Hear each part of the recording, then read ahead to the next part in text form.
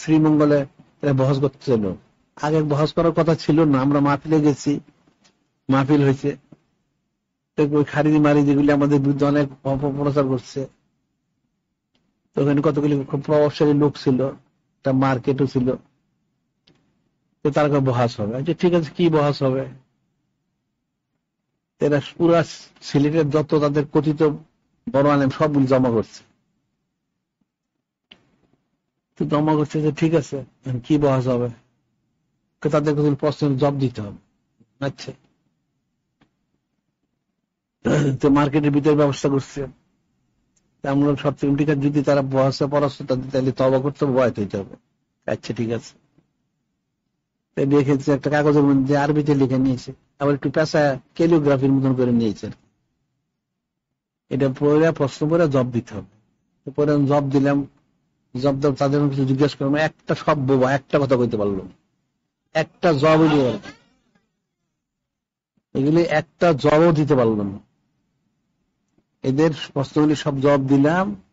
Job দেওয়ার পরে এদের যখন আমি জিজ্ঞেস করলাম, তাহলে তোমরা কি বলো, সবগুলি বোবা হয়ে রইল। পরে এগুলি তবা করলো, বয়াত করাইলাম, তবা করাইলাম, সবক দিলাম, সবাই করলো। পরে যখন আমরা এসে বললাম, পরে বলে যে আমাদের জাদু করছে,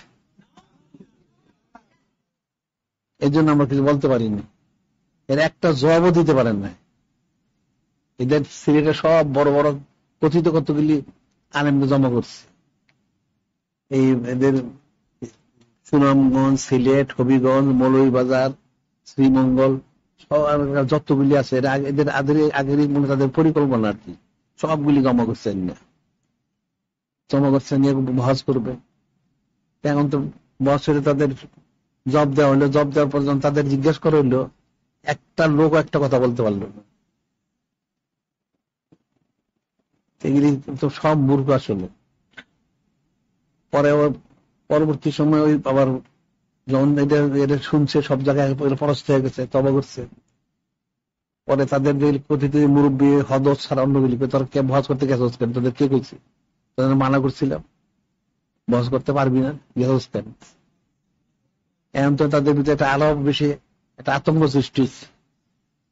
সিলেটে বড় বড় কথিত যত আলেম, মুফতি, মুহাদ্দিস, মুফাসসির সব জমা করছে, সবগুলি লাজব হয়ে গেছে। এদের আসলে ইলিম কালাম তো নাই।